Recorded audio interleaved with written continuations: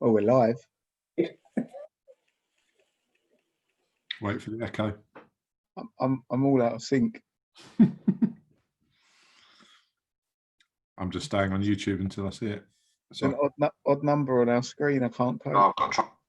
Oh, I'm getting faster. Almost. I'm getting faster. Problem is, it starts before it actually brings up the thing. Right, I've got to do a completely different introduction for this one, haven't I? Yeah. So, there we go. Everyone's tweeting about us, texting about us. So we are live, and it is just the three of us, as you will tell from the title.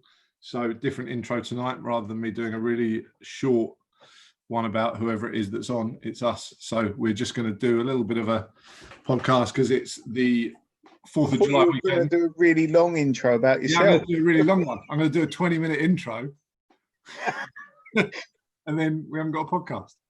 Titled "Things I Like About Myself." Yeah. Get to be self-indulgent, as usual. Go on then, Pete. Tell us a story. So anyway, yeah, it's 4th of July weekend in the States, so we can't get anyone to come on. So we're doing one just with us, and a few people said they wanted us to do one just with us. So we asked them to ask us some questions, and no one said anything. So now we're just stuck. Yeah, if you're on the audio version, you hear lots of long blank pauses. That's because we haven't got anything to say. And that's the fourth person to say something. Yeah, exactly. So so anybody on YouTube live that wants to ask some questions, if anyone actually comes on, watching, feel free to jump on and ask us some questions. That will help tee us up, get us going. I have got some things in the bag just in case. So if you're watching, say hi on YouTube. If you're listening on audio, obviously you can't. So thanks. And if it's students that are not confident asking questions on YouTube, feel free to ask it on the group channel. I'll keep my eye on it. There you go. Yeah, we've got WhatsApp. There's one of those pauses. Long pause. See how long we can eke out the pauses for. I know, yeah. It's because I keep flicking between YouTube and Zoom as well. That's going to make it more complicated. So Rob, let's learn a bit about you now, because you don't say much through the rest of the podcasts. I've got 2 ears and 1 mouth. I like to use them in that ratio. All right. What's been the highlight of the 13 to this point in time? The highlight of the 13 podcast? Yeah. Tricky one. I like them all, and I know it's a real sort of weasel way of getting out of it, but sit down and chat with different people. You know, some of the people we've spoken to before, others we met them, 2 minutes before going live. So it's been cool. It's been nice that everyone's come together and just kind of said yes and jumped in and sort of helped us out. Been willing to chat. It's nice to see that the Jiu Jitsu family, community, whatever you want to kind of call it, everyone speaks the same language. You guys? What about you guys? No, I've liked it. Same reasons. I like the fact that everyone's just jumped on and done it for us. And I don't know, I don't want us to go episode by episode because that will bore the pants off everyone. But it's I like Alex's one was super detailed, but also was interesting to listen to. So it wasn't like that was kind of our opening gambit.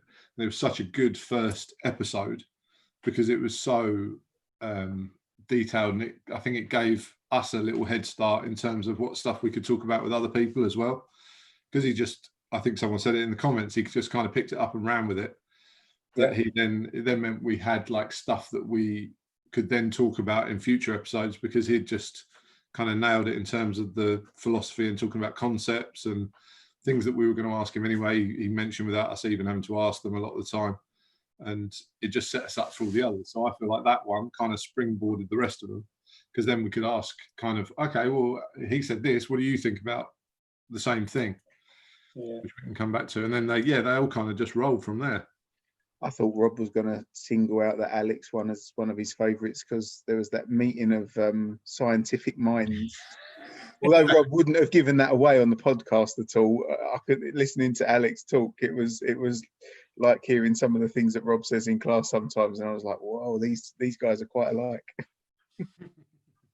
It's software. It's just software. Yeah, it's just the software. Ones and noughts. Yeah, I guess that's quite a good point, actually, isn't it? It's the fact that we've had a couple of kind of questions in the bag for people, but for the most part, they've kind of either gone off tangentially and sort of spoken about something kind of cool and interesting without any prompting, or they've answered the question that we were going to ask anyway. Yeah. Or Yeah. Bill asks it 2 milliseconds before I'm about to say something. Yeah, you always claim that, Rob. I'm not so sure. Bill reads my mind. Yeah. I don't know what the highlight for me was. I think there was some really, really cool bits. I don't know why. I mean, obviously we've met Haldor so many times before, but talking with him on Zoom, it was that kind of that I had that realization that I'm still trying too hard, not to lose, stupidly. So that was like kind of an awakening moment for me. I think I'd love to train with Bill Jones, because I got the impression from talking with him that my jiu-jitsu would be quite a lot like his. So I think we'll probably learn quite a lot from Bill. There's so many good bits. The connection that Alex spoke of. Keith, just amazing, just his enthusiasm for it all. And I think he's got a really cool study with all of those Marvel characters up on the wall. So that stuck in my mind. No, there's so many good bits. And then and just like you say, the opportunity to sit down and talk to all of those great people. And Master Sauer, hour and a half with Master Sauer, it was amazing. There you go. There you go. Joe's picture of him and Master Sauer's camera for those on audio. The audio described version. Yeah, the audio describer version. I think almost as well. Again, we peaked a bit soon with Master Sauer, didn't we? We were so early in, what was it? Episode, what was it? 3? 5. 5. Sorry, 5. So yeah, that was really early to get someone that amazing on. And can't forget Benji either. I definitely want to go to the Caribbean and go and meet Benji. He sounds like such a cool dude. And the different martial arts that he does as well. I'd love to get out to Trinidad and Tobago. That looks cool. I just don't know how on earth I'm going to afford this jiu-jitsu road trip that's going to take in, all of the world. Whatever you do, just don't get anybody in I don't know, the Arctic Circle or something, because we're just going to have to go everywhere. Even if you say just like America, we could spend a couple of months easily. Yeah. We could have done that a while ago. Yeah, it's just great. Let's just get that RV and we'll just drive around. Every time I think of RVs, I'm thinking about Meet the Parents. What was that? I can't remember. See, there's film quotes again. I just don't remember films. Meet the Fuckers. Yeah, we need the what is it? Killing Dad, the Bradley Walsh one. We need that RV.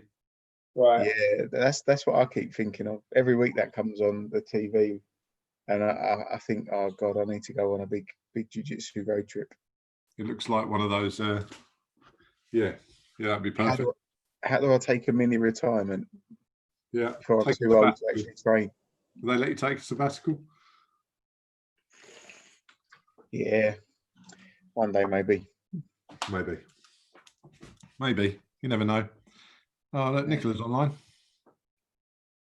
Any questions? Said hi. No, she says she hasn't got any questions, but she says hi. So that's good. We've got someone watching. Pete, what's the next topic for conversation on your piece of paper? I've got a few actually. I was just thinking about. Before we jump off that, I was thinking about the common thread as well. I was going to say the other nice thing about all of them is they've all said the same thing. So we've had that common thread of concepts, but everyone's explained it completely differently. Yeah. To correct my grammar, everyone's been completely different about how they've explained that idea of concepts, and that's the bit I've got a lot out of, is that idea of crossing over. It's like this imaginary barrier that you cross over between learning technique and then just being able to use concepts to create things, or not worry about the move, but using the concepts. But I was thinking about this, and and this is me thinking about when I did jiu-jitsu a long time ago, You used to do jiu-jitsu. in a galaxy far, far away, that I think of individual bits of techniques to apply them into whole moves, not necessarily the set moves. I think that makes sense. No, that makes sense. So like you were talking the other day, it was a perfect example. And again, if you haven't seen the move, it's not going to really make a lot of sense. But we were doing a near side, we were talking about the near side arm trap, using your legs and your feet to trap the near side arm when you're in side control. Yeah, and yeah. then attacking the far Right. arm. Sorry? Bit series. Yeah. And we were talking about it, and I was saying, look, I don't really remember the full series of the version you were showing, but I remember part of the version that Alex was showing us from the knee on belly stuff. Yeah. And I remember the trap, some of the trap. And then when you showed it again, I remember the wrist grab that Alan had showed us and all those bits and pieces. And I realized that I used that first section of that move to do other things. Mm. So it's applying the concept of that trapping the near side arm to allow you freedom to do something on the other side. So I am thinking about a move, but I'm also thinking about the concept as well. Yeah. I don't know if that makes sense. But that's what I'll try and ask someone next time is it bits of moves that you then apply into concepts to then give you whole moves? I think there's a couple of things there, isn't there? Because it kind of goes back to what Mike Horahan was saying. Whenever, not last time, maybe the time before that, he was over. He was talking about, like having an answer for all the bits. So after a while, you see something that's like a chunk, and you see it in a more granular fashion, and you start dealing with it in those kind of smaller pieces. And I think that's really all you're really kind of describing, isn't it? It's not a move anymore; it's its constituent parts. It's like the other thing I was going to say. It's like the alphabet and the writing analogy, isn't it? Start with is kind of A, B, C, and someone might give you a word like the dog or whatever. After a while, you can go, actually, look, I can take those same letters and I can rearrange them into a different order. And look, it's a different word. Yeah. But you need to, like the dog ran. You kind of need that to start off with. Who was it? There was two who talked about, because that's what has always resonated with me, and that's the way my brain works when I'm doing it. Who said, was it Cam that talked about flowchart almost? Who was it that said about flowchart? Someone will remember. I think Cam was talking about, was it like his system, wasn't it? That's yeah, it was the flowchart. And it was like getting safe in your position, then yielding, and then then submitting. That really stuck with me. Yeah, and that's how my brain works when I go from position to position. So it's like I open however you want to think about it, like a Rolodex or a flow chart that then kind of blows out afterwards once I get to the position. So I go, say, mount, and I go mount position, and then my mount flow chart pops into my head, like almost literally like that as well, like a pictorial, because I'm visual. A pictorial of you can do this, this, this, this, this, this, and this. So there's like these 5 things that will pop into my head, depending on what the other person's doing, and then they'll move, and that changes it slightly, and then the next flow chart boom pops up, and it's this, this, this, this, and this. So I kind of think about it that way. That's how it goes through my brain when I'm doing it, and then I've got. If you kind of look, almost got like layers of flow charts above, and all they the move as they do something, the 2 flow charts align. You just jump across one slice. Yeah. But they're doing this because different things are happening. Yeah, and that's genuinely the picture in my brain. If I'm rolling really well, that boom, it's like those fractal. It's like Rogan talking about DMT, that fractal thing where it just goes poof and just explodes into this little picture in my head. I'm letting everyone into my stupid brain, and explodes into this little picture in my head of you got this, this, and this. And then again, I zoom into that particular move and it boom goes out again. And then I've got that little one that Bill talks about, which is that little one where it's grayed out. And I don't know what it is yet, but if I jump that way and throw my head in that direction, it might happen. What happens when I do that? It's the question mark one. Well, you're going to jump to another position or another flow chart. It's like pot luck. Yeah. Yeah. It's like, what happens if I throw my head that way? Or what happens if I dive on that leg over there? I've got a flow chart for that one. So I'm completely the opposite. I'm like, they teach it this way for a reason. You know, you have to do the move in this order because that's what's going to make it work with as little opportunity of it going wrong as possible. Therefore, I have to start from this position, build it in these number of steps. And I think that's what. But that's that thing we're saying, isn't it? That's like, you know, you learn the sentence as one thing because it makes sense. It kind of, you know, it does what it's supposed to do. But after a while, it just goes, and you could just, you know. I think so, and I think, you know, when you're playing, and that's the thing, isn't it? Playing versus you know, trying not to lose. I think yeah, you've done it for long enough now to know that what to do from different positions. You don't always have to start from, you know, the bottom of the ladder. You can jump on halfway up, sort of thing. You can do whatever's there and whatever's available. I guess just for too long, I've been thinking about it in that kind of like fundamentals or foundations. It's like a builder. I can't possibly build a you know, a wall on that without having put my body in the right place and put the foundations in place first, you know. But you know, foundations are there because you've done it in that. No, exactly. So I think, yeah, it's what is it? Be a bit more free with it now. Explore a little bit. Be a bit more artistic. I think it's a bit like the analogy that Pete and I have spoken about before about like athletic development and stuff. It's like trying to make the bottom of your pyramid as wide as possible, isn't it? Yeah. You know, so when you call them foundations, that's legitimate. You know, that's exactly what it is, isn't it? You're trying to put the footings in as kind of wide as possible because that means your pyramid can go higher. Yeah.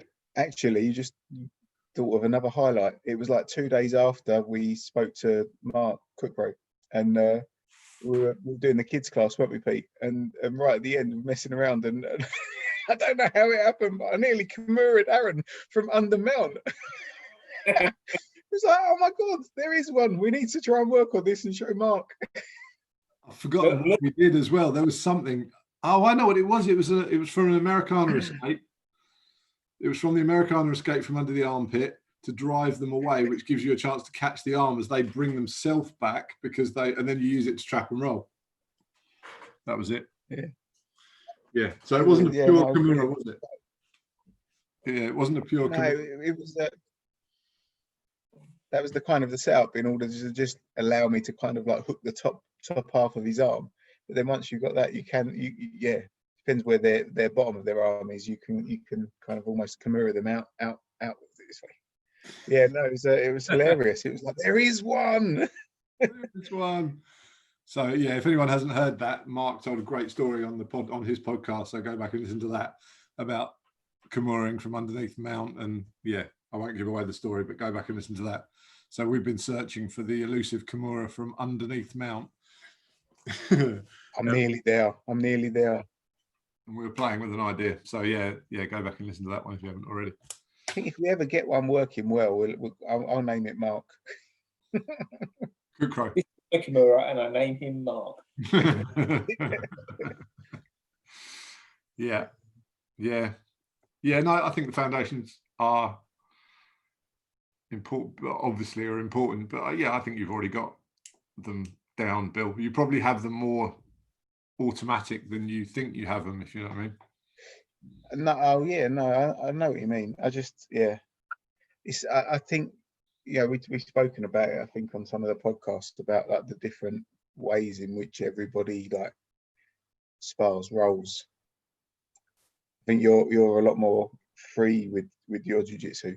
Rob is, I would say, like more like a metronome. He's like, everything is, there's not a millimeters gap. Everything's like it's like it says on the tin, you know. And I think, I don't think I've like, I don't know, over the years, I don't think I knew enough to be able to be as like free and as maybe as flexible as you are, Pete. So I think I've always like tried to kind of like copy Rob a bit more, I think, which is where that trying to do the moves the right way, comes from. I'm going to let go now. I'm going to let it go. But I think, Bill, you say that, but like, if I'm doing something really sort of, like that metronome, it isn't always the same move that I started.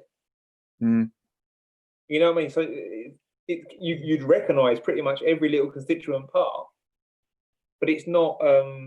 I didn't go right at the beginning. This is step one. I've gone through all 10 steps. I might have gone step 1, 2, 3. Oh, he's done something else.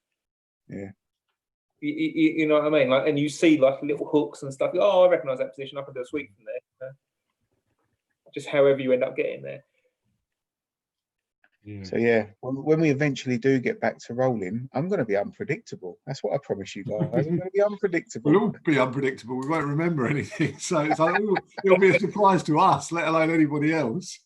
But that's got to be. I'm genuinely fascinated by how people think when they're sport in general, but obviously jiu-jitsu, because I feel like out of everything I've ever done, it's the most complex of a problem compared to, I don't know, anything, basketball, whatever, rugby, tennis. I feel like jiu-jitsu is the most complex. But I'm fascinated by how everyone thinks about it and how everyone else thinks about it, rather than, because obviously how you think about it. Articulating it's different, but how you think about it is always clear. But it's like how other people think about it and how they put it together. To understand, if you can understand that, then I think you get a better picture of how to do it as well. Definitely. Yeah, I'm just fascinated at what people's thoughts are. And then the best time when you roll is when like everything else, when you're in that flow state and you're not even thinking about it. You know how I got introduced to flow state? I never really thought, I've done it before, but never really thought about it. Playing Gran Turismo. It's when you've got a controller in your hand and you just think you're the car. Yeah. And someone said it to me once. I went, yeah. And then I fully appreciated what it was. Not to the extent of what it could do, but that was my introduction to what kind of a flow state is, because you forget after a while. You just think you are driving the thing around. Haldor's just asked the question. What's he said? How's the weather? How's the weather? Raining. Dark and stormy, Haldor, like a pint of Guinness. But we'll just wait 5 minutes and it will change. Yeah, but it's genuinely dark and stormy, like a pint of Guinness. It is. Nice as the days, isn't it? Rob got a bit excited earlier to Haldor. There was an announcement to say that we could go to Iceland without having to quarantine. Yeah. More importantly, it's going that way, because I think going into Iceland, we're still going to have the like the swab and all that stuff he was telling us about before. But it's for him coming here. Yeah. He hasn't got a quarantine when he comes in now. Did you hear that, Haldor? It means you don't have to stay for 2 whole weeks. Yeah, exactly. Yeah, basically. As much as it'd be nice. I think you might have to go and do some work at some point, Yeah. So Sophie's asked a question, which actually I'd written down. Thank you, Sophie. It's one I'd written down to talk about later, actually. So we'll come back to that for sure. I'm interested in what triggers that flow state as well. So I worked out ages ago. I was struggling before lockdown, obviously. And it was ages. It was a long time ago, but it was probably, I don't know, about a month before we had to stop, maybe a bit more. And I was really struggling, and hopefully it will kind of resonate with other people, sort of our guys or anyone else listening that's sort of white belt or whatever, that you get these plateaus, right? We've always talked about them loads, as you get these plateaus of stuff where you're doing great and you're flying and you feel like you're getting better and better and better every session, and then you just plateau out, and then sometimes you feel like you drop backwards rather than plateau out. And we all know that that's not the case. It's just you plateau a little bit and everyone else carries on getting better, so you feel you've got worse. You realise you know more that you know less. If your appreciation of what you don't know goes up, so relatively you feel like you know less. Yeah, exactly. Yeah, and I felt like I was, and I'd obviously seen it so many times before that it doesn't bother me particularly anymore. But I felt like I was stuck and I just wasn't getting anything to work. And then we did that drill. You introduced it at the end, Rob. So if you haven't done this, then try it. Where we just did position for position. So one goes, you go, then I go. You go, then I go. And all we're doing is just moving through position. So it's the beginnings of flow rolling without, but you've got breaks, obviously, as you switch over. Whereas when you flow roll, you kind of have to communicate it without thinking about it, and you kind of go position for position and move for move, but you do it with it being continuous. As soon as we did that drill, I just relaxed, and I realized, and I didn't even know that I'd been that tense the weeks before, but as soon as we did that drill, I just relaxed and just started flowing with it. And then we went into rounds of just rolling, and straight after that, it was all easy again. And I was just, on a flyer again, because but you don't even realize you're tense. So yeah, those kind of flow, move for move things, if you're struggling, then, guys listening, if you're struggling, then I've found that helped me with my plateaus and get into the flow state as well.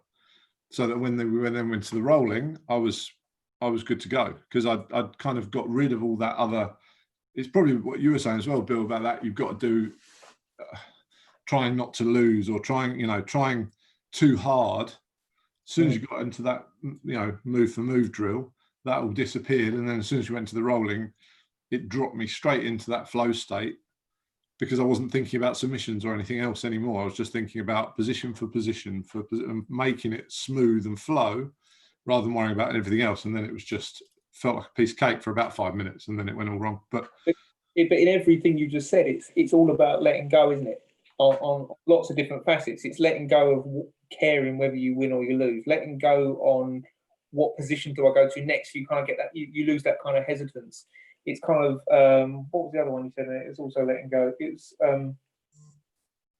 it'll come back to me in a minute, but yeah, pretty much everything. It's not winning or losing in the gym, is it? It's learning. Oh, that was it. Don't let go of worrying about getting into a flow state. What's the biggest thing that's going to stop you getting into some kind of flow? Is worrying that you're not getting into some kind of flow. Yeah. How could I have forgotten Luis Heredia? But whenever anyone says to me now about, I'm struggling, I'm not getting any better, I always just think of that picture that he's got, in his academy, Believe in Jiu Jitsu. That, and it is, you just got to believe in the process. And I think Keith Owen as well, talks about it. It's hard. It is hard, and it, if you go through your jiu-jitsu and you don't have those days, weeks, months, or whatever, where you're thinking, my God, I want to quit, or why haven't I quit, or whatever.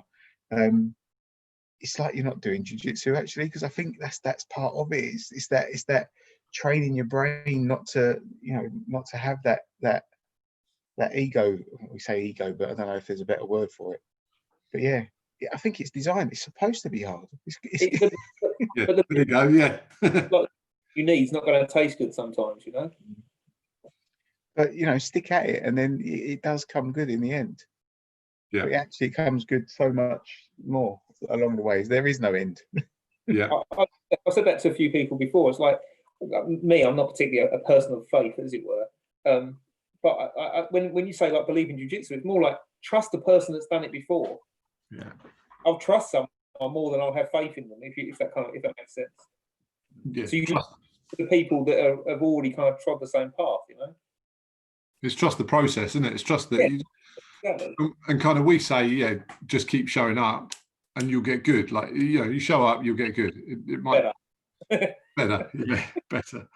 But yeah, it's exactly that, isn't it? It's all relative, Rob. Good. You're still good compared to the person sat on the couch. Okay, Bill. That's me at the moment. I'm sat on the couch. That's me as well. That's where I am every Friday night doing these podcasts. Quite literally sat on the couch. Tell you one thing that has stood out for me though over the last 3 months, just how humble everyone is as well. I've not met a jiu-jitsu black belt, a Gracie jiu-jitsu black belt that's not super humble. Restores your faith in humanity. But that's that medicine. The medicine did them some good, If they weren't like to start off with, they are now. Yeah. Even Master Sauer talks about it. He talks badly of how he was when he was a kid. Yeah. I won't get into the profanity which he calls himself, but it's an interesting story. It's like it's It molds people, right? Mm-hmm. Yeah. What are you looking forward to most? Who, me or Pete? Either. Just getting back to some sort of semblance of normality. 100 days now, isn't it? I think. Yeah, I think it's over. I think it was 100 days on the second. Yeah, I think 100 days on the second. I think. I don't know. Should have done a video documentary. You know, at 127 hours. You know, when the bloke ends up cutting his arm off. It's getting close. Each day, you're getting more and more twitchy. what's Rob gonna do? What's he gonna do next? Yeah. At what point do I have to cut my arm off to escape? I think we've said this before, haven't we, Pete? It's that kind of like what us three to somewhat to more or less an extent. What do we do? What do we spend all of our non-working life doing? Jiu-jitsu. So when they say you can go to the cinema, you can go to a pub, blah, blah, blah, blah. It's like, so I don't want to do that. Yeah. That's superfluous to everything else, isn't it? That's the bit we do when we've got time in between jiu-jitsu. I don't even do it then. I don't mind. The only time he goes out for dinner is when he's entertaining somebody in relation to jiu-jitsu. Or Claire. Claire does jiu-jitsu now, Rob, so you can take her out for dinner. But that causes problems as well as it solves them. Because now when we do get back to normal, we've got to find childcare 2 or 3 times a week. Yeah, I don't know. I've almost forgotten. This is the danger, isn't it? As well, I've almost forgotten what normal is. Yeah, I've almost kind of got to the point where I'm like, what was jiu-jitsu like again? What was that like doing these classes every week? And luckily, we've had that routine of doing the online stuff to keep it kind of the schedule. Yeah, it's bookmarked in your head, isn't it? Yeah, it's bookmarked in my head, and the kids are always refreshing. I always have a good laugh because I don't have to stress about. I don't have to stress about, one of the kids demoing or anything. So yeah, it's a bit easier for me. But yeah, and sometimes I genuinely go into them thinking, okay, not just got to get through this, but okay, I've got I feel the pressure of making it entertaining. I think that's the right word. I think I feel sometimes I go into kids' classes sort of an hour before, and I've been planning, I've been racking my brains all day as to what new little drill can we do to make it fun, what new little thing can we do to make it entertaining, and how am I going to make this fun for them for the 45 minutes without it, getting stale. And so sometimes I feel the pressure of it a little bit, but once we get into it and get going, kind of, again, like everything, it just kind of disappears a little bit, and you just kind of have fun doing it. But yeah, there are some times where you think, okay, another Zoom class. How do I make this a bit different to keep them engaged? Yeah. I think we've just about managed it. I think. Yeah. I think we've just about. It's funny though, with the kids, you see them going through like phases themselves. At the moment, Connor just will not look at a computer screen, like a laptop. He's just like done of like classes and learning and school Zoom classes with his friends at school and whatever else. He's had enough, I think, of looking at faces in boxes on the TV. So you can't account for what they're going through either, bless them. Do you think that will deregulate their interest in technology? You think that will push them the opposite direction? I did see something about that actually. I didn't read the article, but I did see something that said something about that. It reinforces the need for kind of like social contact in that kind of generation that is constantly electronically connected. Yeah. And what better than that than jiu-jitsu face to face?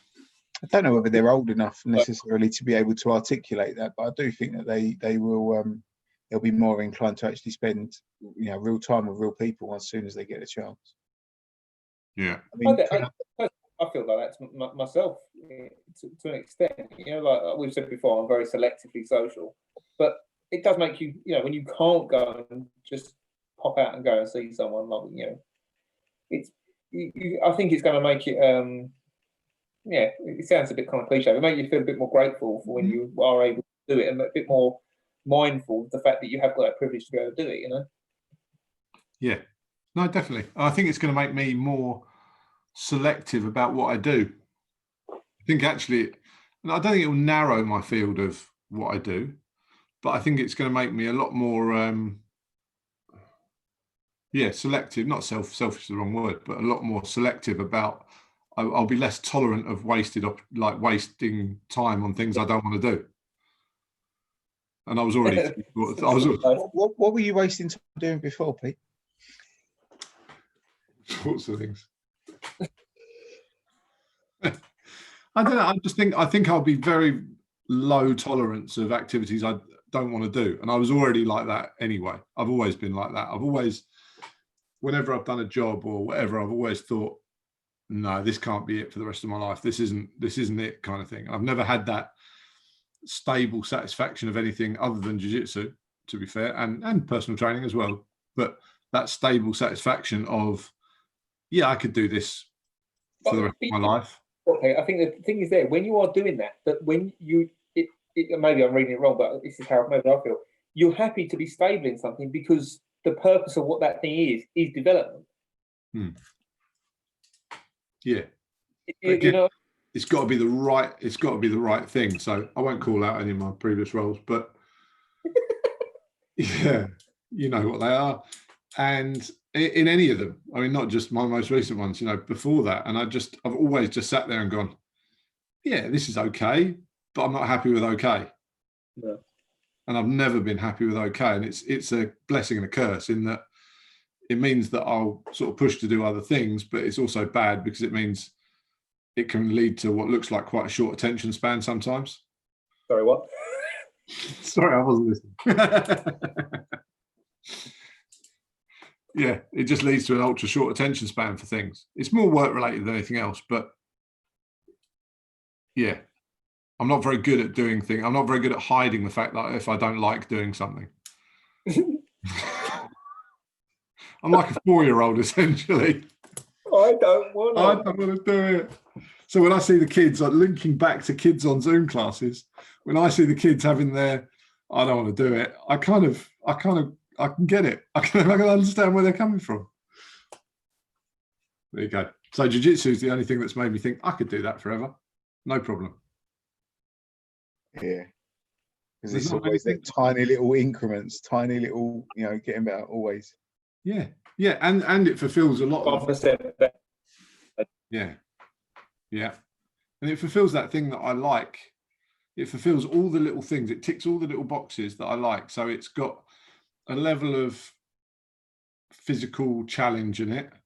It's got the self-defense combat-y, sort of the martial side of it, which I've always enjoyed, but under control. And it's got the personal development side of it, where you're never good enough. There's always someone, there's always someone better. There's always someone going to beat you on every night, even if you try your best. That's just what it is. So there's always that, Robin and I talked about this, about always looking for the next mountain to climb. Well, that's that, you're never going to not get that in jiu-jitsu. So it kind of ticks all these little boxes that I don't think very many other things do. No. Especially even other martial arts. Like kickboxing got boring after a while. What do you do with it? That was always the thing with kickboxing and stuff. What do you do with it? Like, you can do it for the art. I quite, I still do some of these things. Not as much as I did, clearly, but like, it's cool. It's just movement, and I like movement, and I like the, smacking the pads a little bit, that type of thing. But where does it go? All you can do is get slightly sharper at this, that, or the other, or learn like your 1000th combo. There is no, unless you want to compete. Mm-hmm. But that's a lifespan. That's got, that's only got a certain amount of time you can do that for, really. Mm-hmm. Did you ever compete in any of your arts, Rob? No, I did a couple of like kickboxing bouts, like open competitions. I just don't like it. I just don't like competition. I like the play aspect of it, if you know what I mean. It just seemed like and we did it before, didn't we, Pete? When we've got 40 people for jiu-jitsu, you can end up traveling for sort of, I don't know, best part 3-4 hours, get about 15 minutes of sort of time on the mat, if that, and then you've got to drive 3 or 4 hours home. That's like, I haven't got time for that. Yeah. So you're being selective with using your time in future. Yeah, absolutely. And that is like when people say, oh, you should compete and things like that. Great. I've enjoyed it when I've done it, and I've not enjoyed it when I've done it. I've had both sides of it where I've hated it simultaneously and loved it, other times. It's that thing. And I've taken kickboxers and Thai boxers to competitions, and we have done that, and we've driven 3 or 4 hours, stood around for 5 hours, and then them not get about, and then I drive 3 hours home again, because the promoters are rubbish, or they haven't done it, Oh yeah, you can go against this guy that's like 5 stone heavier than the person you were supposed to be, fighting against. No, thank you. Yeah. So yeah, it's just and jiu-jitsu is the same, not so much at the lower ranks. You'll always get matches, but as people go up, I've seen sort of brown belts turn up to compete and just gone home again because there's no one in their bracket. There's no one at their belt level to compete against. And same when I did judo, black belts used to turn up to judo competitions to potentially get points for their first degree and second degree and things like that with the BJA, and then stood around all day and not got a match because no other black belts had turned up to that competition. It's just the way of competition when it's amateur rather than professional, and it's not, and again, it's not necessarily the promoter's fault. It's not really, a lot of the time it's not anybody's fault. They get people say they're going to turn up, they don't show up, all of this stuff. So yeah, it's a funny game to play, the competition scene, and some people love it, and they think that there is that thing out there where they say you haven't done jiu-jitsu if you haven't competed, but I think that's nonsense, to be honest. But yeah. Wait for the wave of hate. Yeah. Direction. I think the other thing is, obviously, you compare it to some of the other martial arts stuff, maybe slightly less combative stuff. Like I've done plenty of other bits and pieces as well, but I think that the payoff with jiu-jitsu is just so much quicker in terms of that initial kind of getting to a level where you're semi-competent. Is so much quicker than sort of other arts. And the benefit of it is that maybe it's because of, but also the fallout of that is you get to practice it live every class. Well, you don't have to, but you've got the opportunity to generally, and it keeps you honest. I think that's one of my main draws to jiu-jitsu now over most stuff. Is the fact it keeps you honest. It's like you can do it, you can do the right thing at the right time, make it work, or you don't, or you can't. You see a lot of kind of people kind of put themselves almost on pedestals with other arts because there's they can just, I can do this.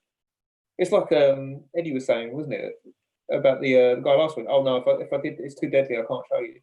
And that's an extreme example, but you see that a lot, just in a much kind of lower form, all over the place. Yeah. And we get to practice that whole thing. If someone says, well, but I'd try and punch you here, and you go, okay, let's try it. And you've got a point. Yeah, you might be right. Okay, let's try it and let's see what happens. And you can drill it and go, oh yeah, no, that works. Oh no, it doesn't work. But yeah, you're right. You get to test it full on rather than. But jiu-jitsu is almost cheating when somebody's trying to hit you. That's the bit that kind of blows my mind, because and this is, I guess, it's hard, to introduce people to jiu-jitsu. Like for people walking in, maybe trying their first martial art, they don't want to put gloves on, and I don't want that fear of like, you put the gloves on, I might get punched, So you introduce them in a much more kind of slow, more safe manner. But then what they're doing is jiu-jitsu against jiu-jitsu, which is actually quite hard. The second you put a glove on and you tell somebody like try and hit, like not, you don't have to be like putting dents in people's heads, but the second somebody's like posturing to try and hit you, it's cheating. Jiu-jitsu is just cheating. It genuinely is a superpower, and it's But I don't think you can necessarily show people that on day one. No. So for anyone that's listening, that's maybe having one of those little crises, should I, shouldn't I? Keep going, because it does just keep getting better and better and better. Yeah. There's layers to that. And every time you take a layer off and you think you got somewhere, it's like a Russian doll. There's another one inside. Yeah, there's another problem in there, and there's the other thing is as well with when you put the gloves on and we work with the gloves on, it's hard to be a real bad guy. It's hard to not do jiu-jitsu. Like you put the gloves on and go, right, I'm going to go crazy and punch you like I don't know anything, and it's hard not to do jiu-jitsu. I watch, when we're doing the classes, and I watch people, and I'm like, yeah, but you're half doing jiu-jitsu. You can't stop it, which is good because that means it's ingrained, but you can't stop it. I find it quite easy to forget, Pete. What we need to do before we do it is we need to play the Dennis Pennis thing that he did. Of this is how you fight. This is how you fight 20 guys, and play them that and go, right, do that. Whatever he's doing, do that. Start windmilling. That's going to scare him off more than anything else. Yeah, exactly. We're back to last night's quiz. So, oh dear. So, hang on. What's Nicola? That's very nice, Nicola. Nicola's just said we're doing an amazing job with the Zoom classes. Thank you all. We haven't paid her to say that, by the way. We haven't paid her to say that, everybody. Yeah, she's just said that. I'll throw him back. Thank you very much. Nicola, you'll learn one thing about me and Robin, and I'm sure Bill as well, that, Bill was talking about the other day, that nothing's ever good enough. So even if we think we're doing it amazingly, we won't ever think that, and we won't ever be any good at, thinking it's any good. It's an affliction, isn't it, Pete? We were having this conversation with Alan last time he was over. It's what keeps you going forward, but also it means that you're like, it's being happy. It's almost like it almost feels like happy feels like complacency to me. Blessing and a curse. Yeah. Those successes, they last a second, whereas some people like ride off of the back of a little win for a week, a month, or whatever. It's like a fleeting, little glimmer of like, but no, I've got to do this now. Yeah, exactly. So, right, let's do something else. But I think that's that point we've also spoken about, Pete, isn't it? It's about we said about never being happy.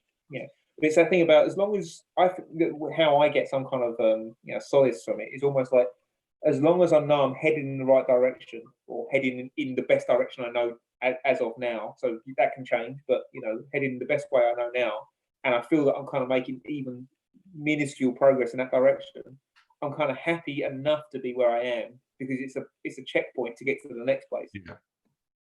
Yeah. Checkpoint's a good way of thinking about it. I think about it like checkpoints. I kind of go to the checkpoints, the mountain, go to the checkpoint and go, oh great, 2 seconds later, okay, what's next?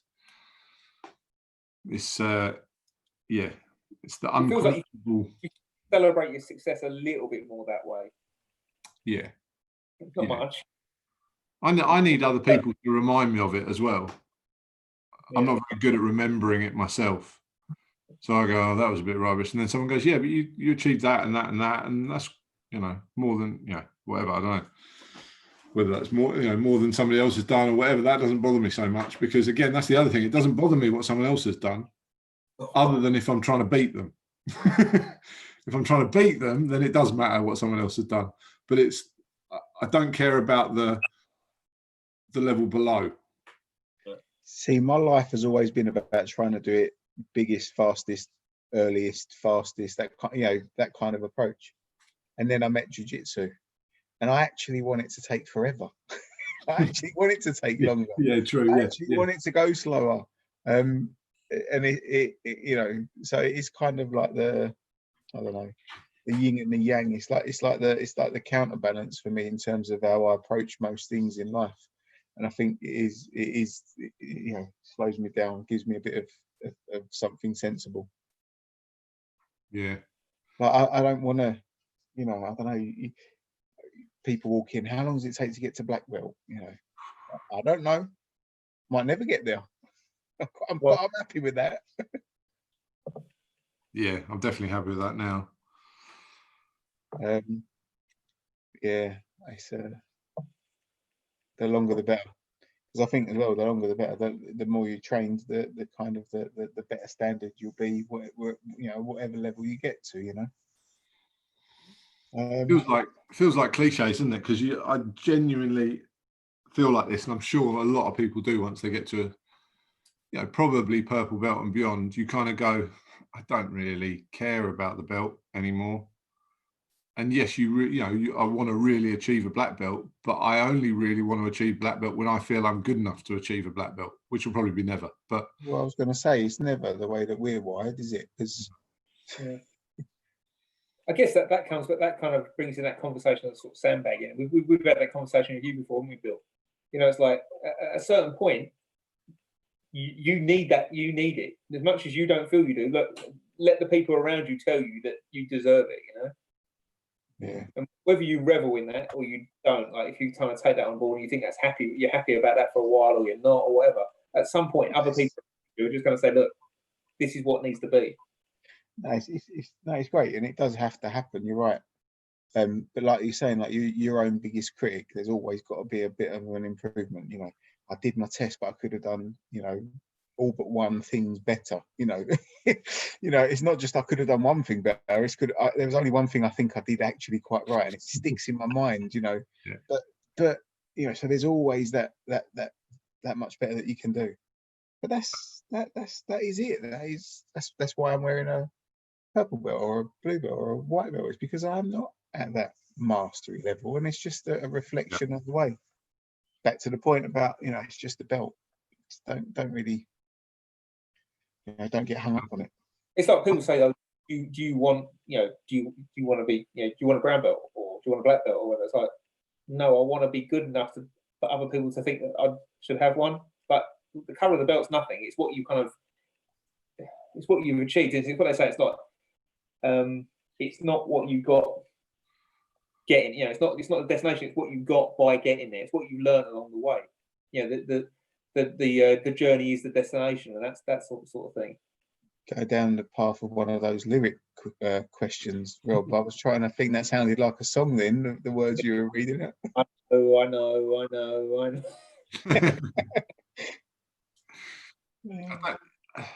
don't know who said it. I don't know who told me. It might have been Rob might have said actually to me that you got to have faith in the people. If you've got faith in the ability of the people that are giving you your belt, so you say, I trust in Master Sauer's Jiu Jitsu, as in I know he knows it inside out, back to front, one of the best practitioners in the world.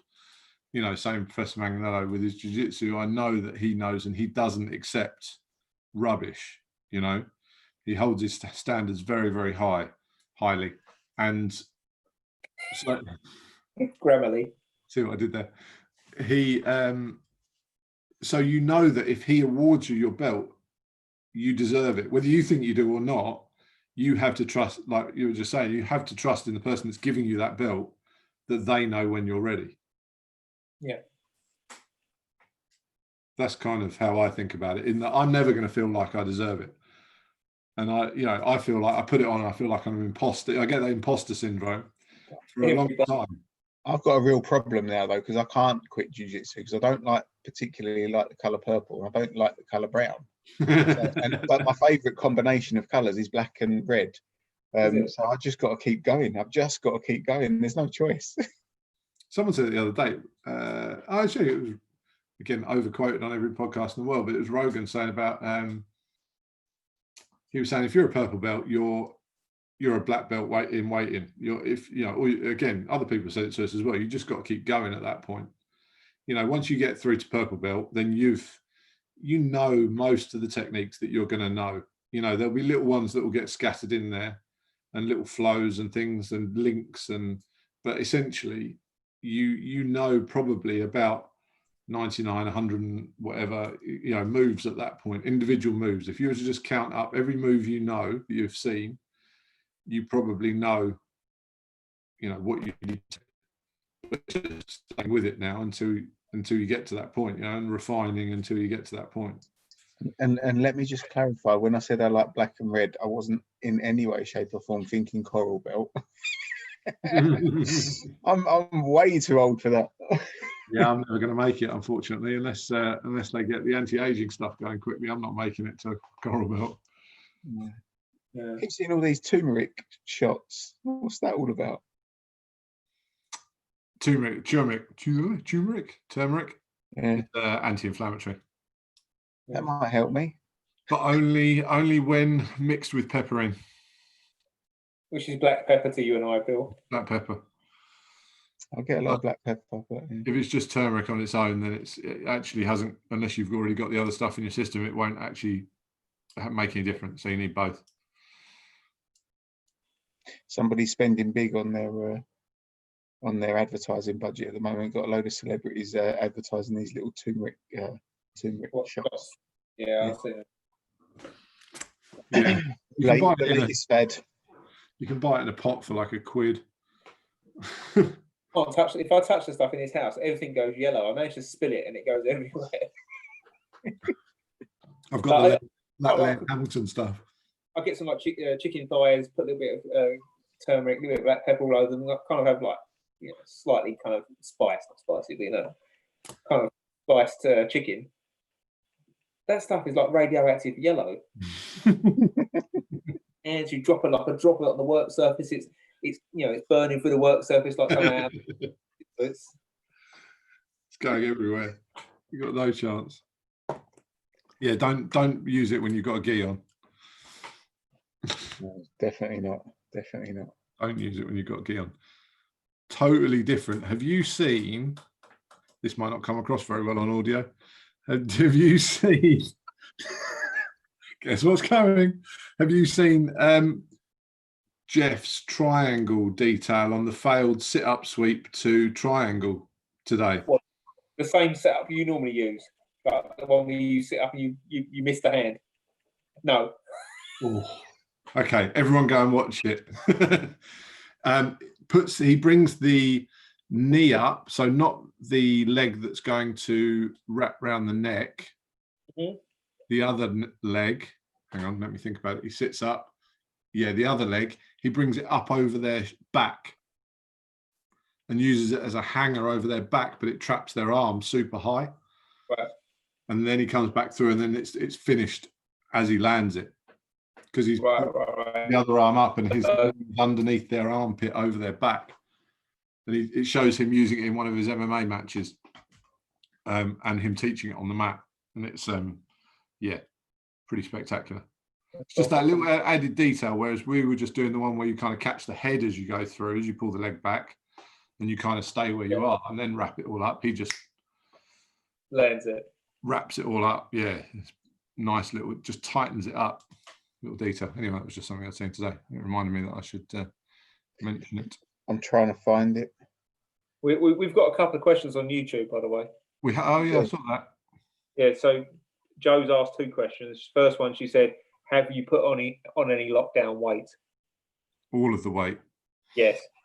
I haven't weighed myself in a couple of years, I don't know. But yeah, probably. I can just tell I've got fatter. Yeah, I've not weighed myself, but I'm definitely heavier. Yeah, and it's harder to shift as well. I'm trying quite hard. Say that again, Rob. It will melt away once we get back on the mats. 100%. Yeah, my daily neats will go up. You know what? The best thing for me would be not sitting about 2 meters away from the fridge. Yeah, that as well. Yeah. We need to take a picture, Pete, like this or something, like, and post it to him so that he puts it on the fridge, don't you, Dale? Maybe over there somewhere. Second question she asked was, how old were you all when you started Jiu Jitsu? Older than a lot of people. Yeah. Well, to be fair. I was. This is rough because it was between. I was either 29 or I was 30, and I can't remember which way around it was. I can't remember. Same for me, I think, because it was. It depends what time it. If Lawrence started at like 2010, was it the very end of it, which would have made me 30, or would it have been a bit earlier in that year, which would have made me 29? But yeah, pretty much 30. I'm trying to think when I went. Sure, you nick a year from me. I'm still sure you take it. Because when you start talking about 2010 like that, it can't be that you were training for 2 whole years before me. I was training for a year before it was before Lawrence had anything. Yeah. I was training jiu-jitsu with Dan and training with Murray for a year before I got fed up of getting knocked out every night. and then Lawrence went to train with the Masters, and then got hooked up with Master Sauer. And then when he brought it to the club, that's when I stopped training with Dan. But I definitely did at least 12 months of it before then. So, yeah. Sean Peck just messaged when we said, how old were you when you started jiu-jitsu? He said, not as old as me. That's true. That's true. I reckon he has about 3 of them turmeric shots a day, I reckon. Yeah. 31 and a half then. 31 and a half. Did you say you came to the first Master Sauer seminar? My first seminar was Master Sauer and Alan Manganello. So what, at the club or at the hall? My first one was when it was do you remember when Alan said, right, anyone know the armbar? And then you stepped up, put the armbar on him, then that was after. That was what, sorry? That was just Alan. Just Alan. Yeah. That was 2012. Haldor was there. Haldor was, I can remember how my first recollection of Haldor was him out because it was boiling hot that weekend, and he was out on the mats outside the gym, and he was doing all of his Jane Fonda warm-up stuff. But yeah, no, 31 and a half. I started at least 16 years too late. So it must have just been Alan then. So what was the first time that I met Master Sauer in Iceland then? Because I missed the next seminar. Yeah, it must have been. Must have been. Yeah. I can still remember what Alan taught at that seminar as well. Billy. Say again? That seminar was August 2012. Yeah, I started in the July, I think. Yeah, there you go. Okay, there's your date for you. Work out how old you were. You would have been what? 31 and a half. Yeah, 31 and a half. There you go. Back to the number you said anyway. Boom. Yeah, I'm going with it because I don't care how long it takes. There you go. Yeah. I wish I'd have started when I was younger though. Yeah, it was tricky though because it didn't. I was thinking about it the other day, and it didn't exist, but you know, it was so unheard of to some extent that you'd have struggled to even have it in your consciousness. Or find it or bump into it by accident, you know. I'm sure all the way back then when I was growing up there was talk of it where I grew up. And then now when I hear the stories about where people like Mark Walder, you know, trained out of, and other people, you know, in their early days where they were training, it was just up the road from where I lived. So it was there and thereabouts. And it was weird because it wasn't until I was maybe 21, 22. Yeah, about 22. I went to stay at weekend at my brother's, and he was like, "Oh, I got this video of UFC. Should we watch that?" And yeah, we watched UFC 1, and I was like, "Oh, that's that jiu-jitsu thing, I know." And it was still there. I still remembered about it. And then it took for Martin to keep trying to strangle me on the train, and then yeah, convinced me to come down. But no, it was good. Yeah. Yeah, the other thing I think as well is I couldn't be more happy with who we train with and who our instructors are and the association we're in terms of the connections and how close to the source it is and all of that stuff, that if I'd gone a different path, I wouldn't have that. Like part of the reason for sticking with it so much when, you know, when Lawrence decided to change and things like that, then was because of the people that we knew as part of the association and things, and because of you know Master Sauer and having him as the head of the association in terms of, again, being so close to the source and having someone who's so unique with their jiu-jitsu. and then Alan as our sort of lead. I didn't want to lose that. That was the bit as much as anything that, you know, and knowing that we were doing the right sort of jiu-jitsu. That was the thing for me. There was never a question that I would change from that. Even as a lowly blue belt, that was, and now I'm just a lowly purple belt. Same lowly feeling. Different belt colour. Yeah. Actually, I'll be a lowly black belt. Must admit, I'm a bit kind of what's the word, like nervous again about actually getting back on the mats. I'm having those kind of like those exciting kind of like emotions and feelings again, like I did right the way back when.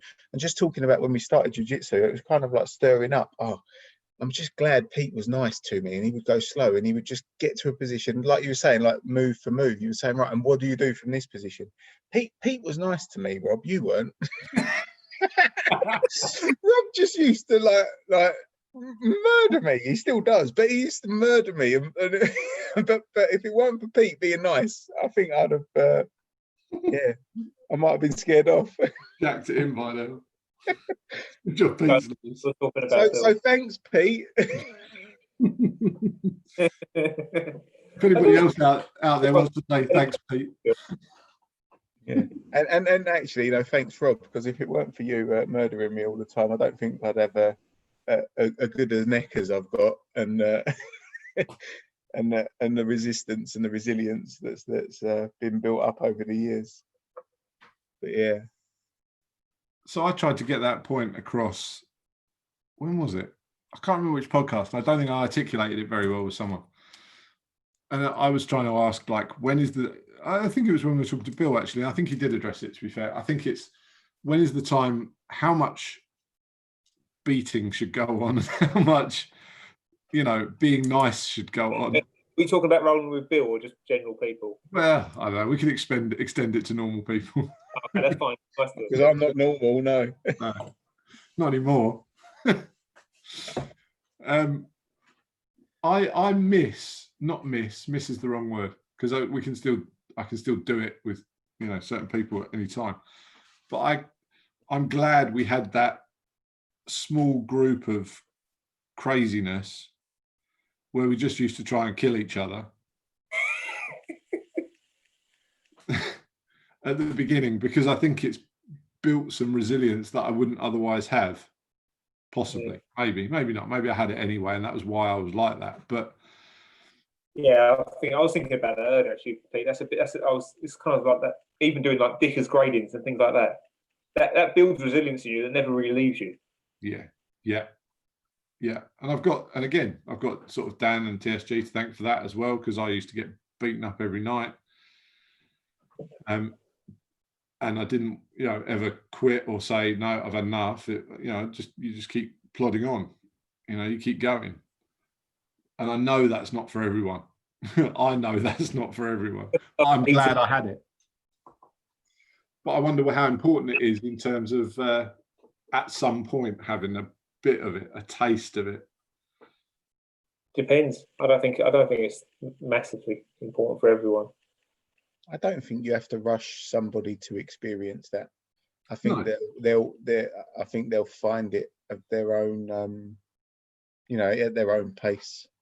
So I think a lot about, you know, some of the more recent people that have joined the gym. You know, more than happy to take part in the classes. Very, you know, picky, choosy who they will kind of roll with when it comes to the sparring part of class, and that's perfect for me, because that means that they're getting, you know, as much as they want, but no more. And I think as long as everybody is, you know, knows and is comfortable that they can say no to roll with anybody, you know, it doesn't have to be a reason. It's not causing any offence, you know. I think that's all right. But equally, you know, as they get more confident, they will experience more and more. And they might ask you, just, oh yeah, just do what you would normally do tonight. And it's like, okay, right now you're, you know, now you want to start to, now you want to start to see what it's about, which is good. Yeah. I want as many. Obviously, I want as many people to do it as possible, and that's because I want everyone to experience the benefit of it that we've talked about the whole way through tonight. But I want, yeah. But I'm glad I had that beating. Maybe for my personality. That sounds a bit like Stockholm syndrome to me, Pete. Yeah, exactly. Yeah. But maybe because of my personality, that's what I needed. Yeah. But like even with Aaron, so even with like the kids that you see, thank you for muting us in between them because me and Aaron will have a little roll around and a play. And at the start of lockdown, if I got to mount, I wouldn't even get to a low mount, and Aaron would be like, get off me. Now he's like he's like hanging around a bit, and you can hear him like going through the motions of like, oh, this is uncomfortable, but yeah, no, I'm not going to just give in to this. And like the strides that he's taken, and actually quite how comfortable he's getting being in those uncomfortable positions, it amazes me. And you just got to let them find it, haven't you, for themselves. Yeah. I don't know what I'm creating with Aaron. Hopefully somebody nice and humble like the. Yeah, he will be. They'll all go through their phases, won't they? They'll go through that realization of suddenly they'll realize they have got a superpower over everybody else their age, and that's where it's the risky time for them that maybe it's keeping them in check at that point. But then eventually it'll come back round full circle. I think maybe. Or we're creating monsters. Who knows? But no, they're not monsters. They're lovely, actually. But I did like it. I don't know if you heard it in class the other day when we were doing it, and I don't know if it was Aaron. It might have been actually Sophia when she didn't want to do the third version. And did you hear someone else in the background? I can't remember who it was saying, "See, someone else does it, just what you do as well." Yeah, I was cracking up. You do that too. Oh, genius. So I think every parent is saying exactly the same thing behind mute as we're saying about, like, they just don't want to do that move right now. There's nothing you can do. Yeah. And I don't think it, like me on the outside, again, having the benefit of being able to look on the outside and laugh, is that I don't think it makes any difference to the class at all when they don't want to do it or, they're messing around. I almost think it adds to the entertainment value of the class. And I think it makes, for me anyway, I love it when they're not doing what they're supposed to. And but I think as well, it makes it real for everybody else. I think it helps everybody else in the class, all the other parents out there that are doing the jiu-jitsu with their kids. I think the fact that sometimes when you guys are helping out and they're demonstrating for us that they don't want to do it, or they want to laugh halfway through, or they want to watch themselves on the TV, I think that really helps all the other parents to feel better about what's happening on their side of the camera. Because they're currently going for a little bit. Yeah. So like in class, and this is one of the things that I think maybe we should change. In class, we might get different children to come up and say, right, who thinks that they can demonstrate snake bite or whatever, or different move, Upa, trap and roll, anything. And I think now they've been doing it so well for the last kind of 2 months at least. Instead of always coming to like Aaron, for example, to show a technique, I think you could go to easily. You could go to Lucas, you could go to Emma, Annie. Those ones that have been like consistent all the way through, and you easily get them to demonstrate a move, and it'll be a nice change for them as well. Another little layer. Oh, that's a good idea. But you don't have to just drop it on them. Like, it's the same as we were doing in class. Who wants to come up and try and demonstrate this one? Who thinks they know this one? Yeah, I think that'd be good. That's a good idea. Chris asked a question as well. I don't want to gloss over the fact that he asked a question about, where was it? Let me put it in his words. Do you remember the first stripes you awarded as instructors? No. We're not going to do a Dave Porter and give you the date and stuff. Yeah, I can't remember. I remember mine. It wouldn't have been until we started our own club, would it? So yeah, it would have been 5 years ago, and it could have Yeah. been. We stretched him out a while, Staff, didn't we, when we first Yeah. got. So it's probably like, Sorry, Sean. yeah, it might have been Sean. Could have been. Might have been Kieran. Yeah. Maybe Ali. I don't know. Maybe. Yeah. One of those three, probably. I saw a memory pop up actually, and it was when we came back from Iceland with my blue belt, and I think it might have been your first stripes that you delivered, and it was to Ali, on the way back from when the club started. Right. I think it was Ali. I'll go out on a limb and say it was Ali. Yeah, you might be right actually, because we kind of got the blessing to do so, didn't we? Yeah. Yeah, that would make sense. Yeah, because we wouldn't have gone through all the affiliation stuff until then. For us, I'm going to say I've never put a stripe on anyone. What about kids? Oh, there's Ruben. But yeah, maybe it's Ali. I don't know. There'll be a couple of seconds behind us. Remember. Yeah. You've done Connor's belt and Aaron's belt. Yeah, but that's I'm saying I've never put a stripe on anyone yet. Apart from Connor and Aaron. No, but that's different. That's lockdown. No. Kids start when we're back in person. You can strike the kids. No, not doing it. Not doing it. Not happening. Not doing it. That's like pressure I don't need. Here's a positive note to not end on, because it doesn't necessarily have to be the last thing. We'll probably come out to something else. Sophie asked this question, and I had it down as a thing anyway. Very topical and dangerous. What do we think about a certain instructor? I'm not even going to go into who it was, because we'll generalize. A certain instructor has been popular recently for disbanding mixed classes. It's what we're talking about. There's that awkward silence. So there was a case in the States or in Brazil where a female grappler has made complaints about their instructor, and the offset was that he then cancelled mixed classes to avoid. I think this is since lockdown's over and classes have resumed. They've resumed not being mixed. Yeah, and they resumed not being mixed. But apparently there was a retraction. So this is basically BJJ news section. But there was a retraction. Sophie then said to me that there was a retraction, or there was a change, there was a statement, and I hadn't seen it. No, I haven't seen it, to be fair. I was just trying to find it to find out what the retraction was. But because Sophie asked,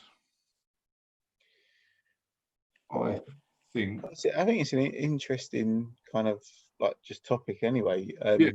I think mixed classes are a good thing personally. And I think I'd always encourage mixed classes, certainly like with our setup. I think they're absolutely fine. I think if I had my own school and I had kind of the luxury of like my own space and being able to put on a kind of a wider program, I would be tempted to probably put on a ladies only class, because I think that some more accessible. Some people would just much prefer to train, just with women, So I think that it would be a nice luxury. But I think what are you talking about? You know what I mean. I'm it's late. I'm losing my words, but I think some ladies would prefer to just train with ladies. Would you make that class a female instructor as well? Well, again, if you had the luxury of having an instructor that was a lady to be able to teach it, then yes, I think that there's a benefit to kind of offering that as a service. But I'd always come back and think to myself, what is the main reason why people are trying to train jiu-jitsu? And it's that self-defense, and it's that trying to keep safe. And I would always kind of, I'd have the conversation with the people that are training, what is it that you're trying to stay safe from? you know, who are you most likely to be attacked by? Is it a man or a woman? And whether or not they're comfortable to train, you know, every technique, you know, at the outset with, you know, with men, I would encourage them at a point in time to come along and try and join in with the, you know, with the mixed class, you know, for sure, because that's the reason why I would say that's the main reason why people are training. You can't always guarantee that you're only ever going to be attacked by a woman, so you need to be able to try it against somebody, you know, like we always say with jiu-jitsu, bigger, stronger. But I do appreciate that, you know, just the size difference, the strength difference, whatever, you know, it can be quite an intimidating thing for people to get on the mats and do that straight off. There's some baggage involved with the positions you might end up in, you know. Yeah, absolutely. So no, I think it'd be great to be able to offer it, but yeah, I think there's something lost, isn't there, in not doing mixed classes. Yeah, it's an added extra to have it split, but I think that's not the main structure of the setup. I think about it from the other way around as well. I know that when we had just male classes, not because by design, but just that's who'd showed up to join and train, that you get a nicer, not again, no, it's the wrong word, because it wasn't like it was a horrible atmosphere. You get a very male atmosphere. And when you start getting women involved in the class, it actually improves the atmosphere in terms of makes it obviously a more diverse atmosphere. And it starts to bring down the level of intensity from everyone trying to kill each other the whole time to actually starting to, I think it helps with doing jiu-jitsu the way you should do it, which is always assuming that person is bigger and stronger. So for example, people are, if they're training with someone smaller, if it's a guy, they're less likely to absorb that and go, actually, I'm going to dial it back a bit because I'm bigger and heavier, than if they're, well, most decent people anyway, if they're training with a female. I also think that it's improved as well with the kind of the teenagers joining for the same reason, in terms of, you know, instead of I don't know, getting away with what you might get away with somebody that's a similar size as you, you do have to be so much more aware of your weight distribution and where you're, you know. But again, not everybody's going to experience that, because we are a bit selective with regards to, you know, who we pair with who, so that, you know, new people, you know, or the juniors, they're not just going to, you know, be put with somebody that potentially untrained could hurt them.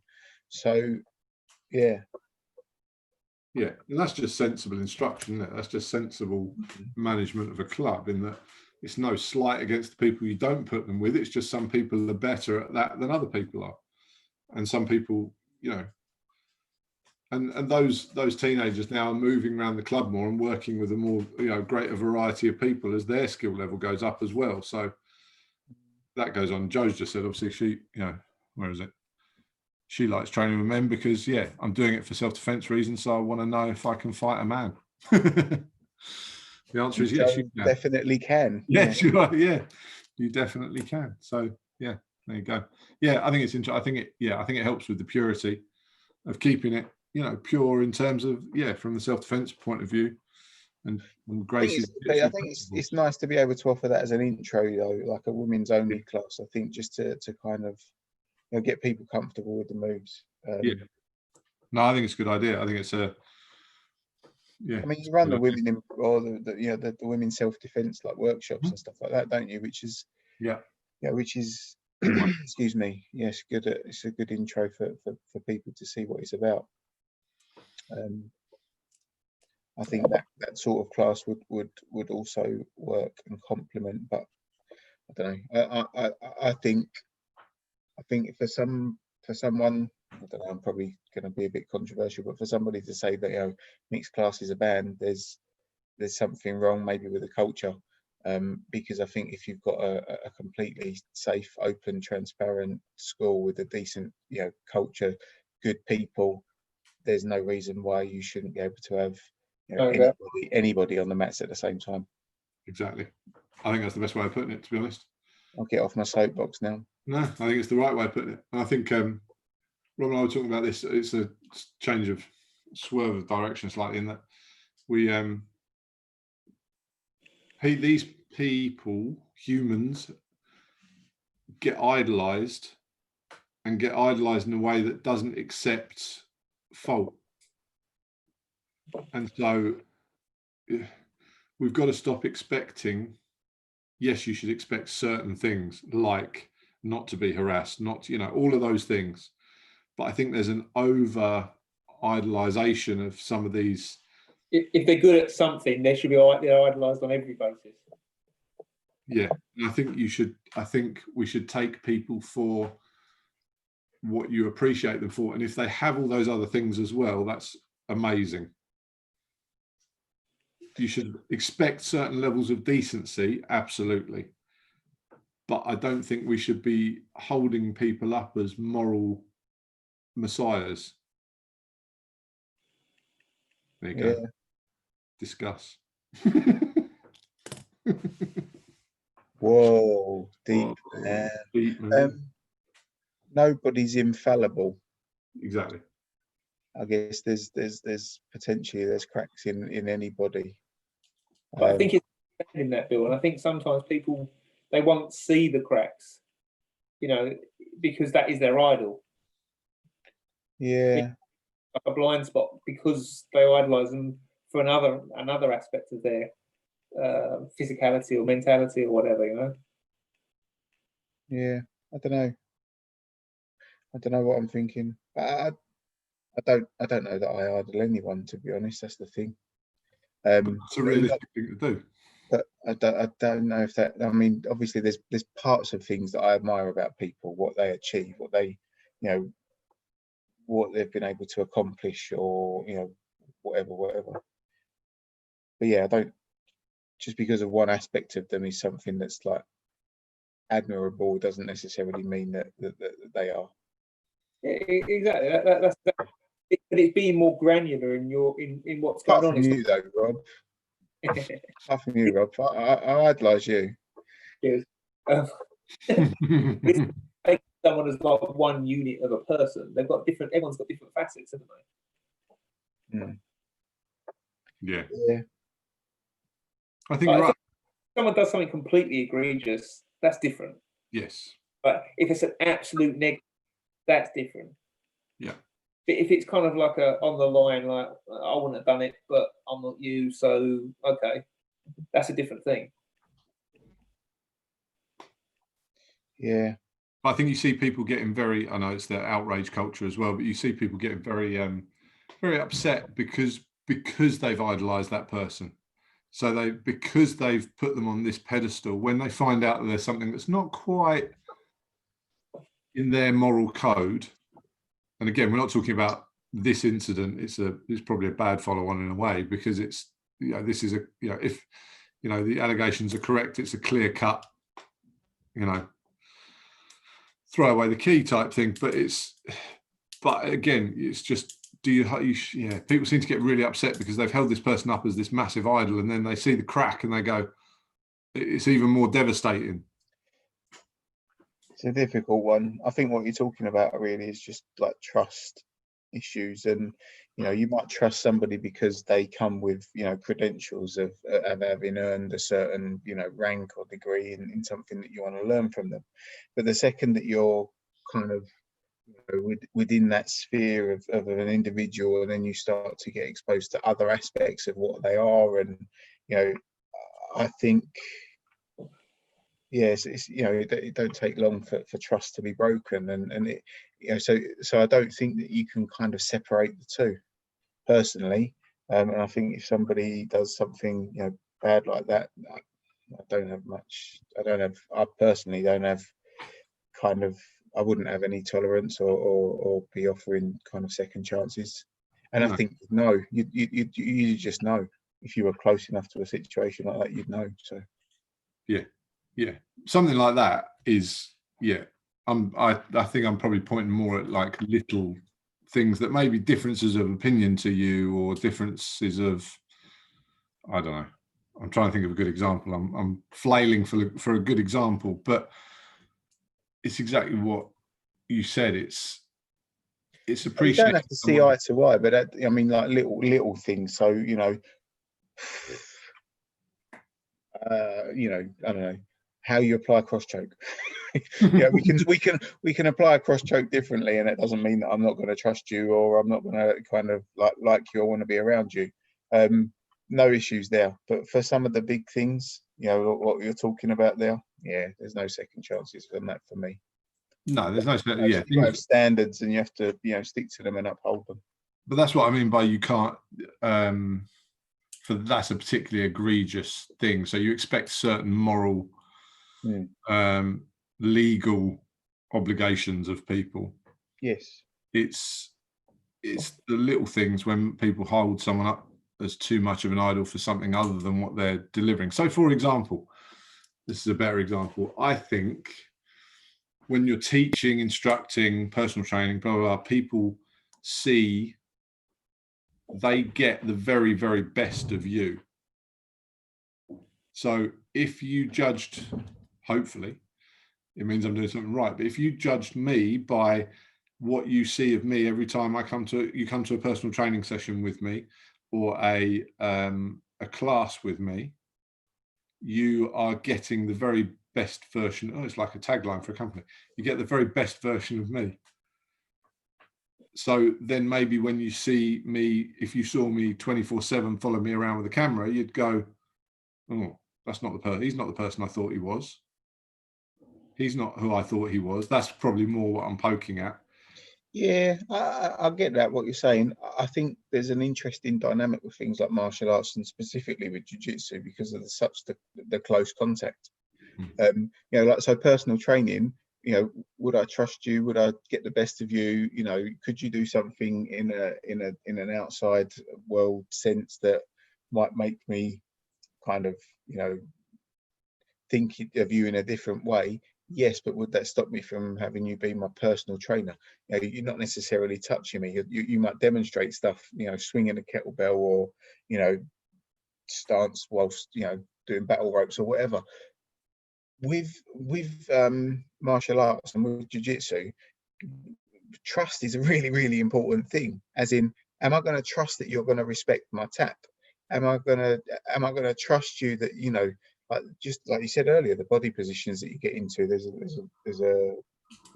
lot of baggage that comes along with the positions that you get into. I think with jiu-jitsu, there's a closer link that, yeah, you can't break that trust. Yeah, if you know, and that's not just instructor, that's like training partners as well. You know, like if I'm training with somebody and I feel like, hang on a second, I tapped, but you were still putting that, you know, that Americana on for at least a couple of seconds. You know, there were 3 taps before you let that go. You know, am I gonna roll with you the next time? No. Am I gonna roll with you? You know, am I gonna roll with you again? Potentially not. Depends how I feel about whether or not that was on purpose or a genuine mistake.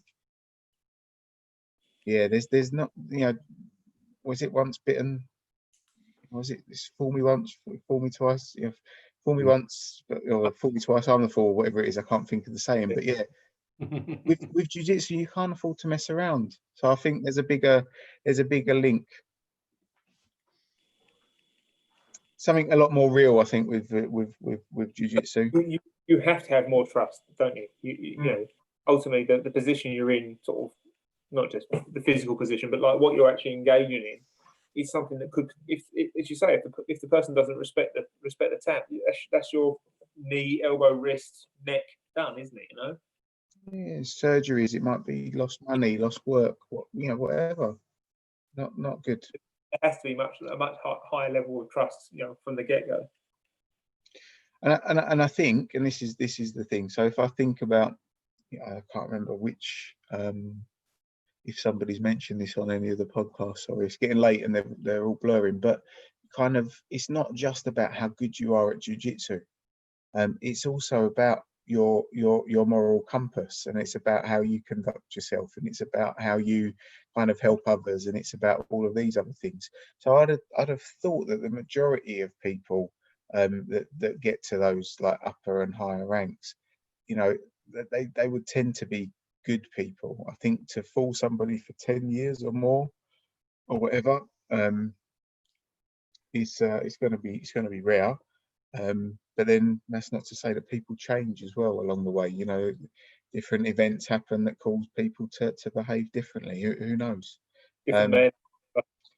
But I do think, you know, there's a lot to be said for, you know, holding, you know, conducting yourself in a way is expected, you know, before you can achieve those upper belts.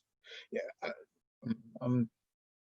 I'm sure if I was a complete, you know, the fact that you trust new people to train with me when they walk through the door makes me think that I must be doing something right for you too. If you didn't, if you started never letting anybody new train with me, I'd actually probably stop and say to you guys, "What is it? Have I done something wrong?" But you know, I'd be wanting to learn. So yeah, there's something about your conduct as well, I think. Do you think there's something about the age of some of these instructors and the culture they come from as well, that some of them, very small minority, we're not talking about, you know, very many, we're talking about individuals that changes that as well, that they've grown up in a culture that's less respecting, and so although they are very respectful in a lot of other ways, there are certain behaviors that are, again, it doesn't excuse it, I'm playing devil's advocate, but it doesn't excuse it, but that it makes it more likely because of the setting they were brought up in and the culture they were brought up in, etc. Yes. Cool. Yeah, I don't know. I think if you spend your life, you know, getting to a point, you know, then you have your schools and then you have people kind of constantly looking up to you, and then maybe you have like moves named after you, or you you know, it's kind of like your ego's like, you know, potentially getting bigger and bigger and bigger to the point where you don't I don't know, maybe you think that, you know, some of the rules don't apply, or maybe you think that you're beyond, you know, some of those, you know. Yeah, the ego can come back around. So everyone talks about how Jiu Jitsu gets rid of the ego. Actually, you've got to keep it in check so that it doesn't come back around. Start to believe your own hype. I don't know. Yeah, I think there's things in there that are there's lots of things in there, Pete, that probably make people feel like they're above the law, so to speak, or whatever. It's interesting. Tragic, obviously, for people involved, but it's and obviously more than just a discussion in terms of how it affects them. But yeah, interesting. Change the topic. Do something fun. Yeah, I was going to say. We'll finish on something more. Who asked that question? Sophie, send in a fun question now. Yeah, exactly. Yeah. Probably not listening anymore. Yeah, she switched off before we got to a question. Oh dear. Anyway, where do we think we're going? What's the evolution for us? You getting back on the mats would be a good start. Getting back on the mats. What are we going to work on? What are you going to work on, Billy? Hooper. That's good. Why change the habit of a lifetime? Yeah, I told you I'm going to be unpredictable, and I'm going to be tapping a million times. That's it. That's it. Tapping a million times. I will. I don't know. I don't want to put my lockdown mount pressure on anybody. So I'll still be playing like a bottom game somewhere, you know, underside control. Maybe a guard. Oh, maybe I should try and actually get a guard again. Oh, there you go. Bit of guard. Sounds fun. Yeah. But no, instead of moves, I'm doing concepts. So no, I'm just going to be messing around with frames. I'm just going to be awkward. What, more awkward? More awkward, you mean? Yeah, that's always the plan. Just be more and more and more awkward. I like it. Frames is Got to good. be awkward without doing moves. There you go. Frames is good. Yeah, I can't wait. How long we got to wait? Is it 2 weeks, 2 months, 2 years? Tell me, buddy. Yeah, who knows? We'll wait for the announcements to let us know. As soon as possible, but no sooner.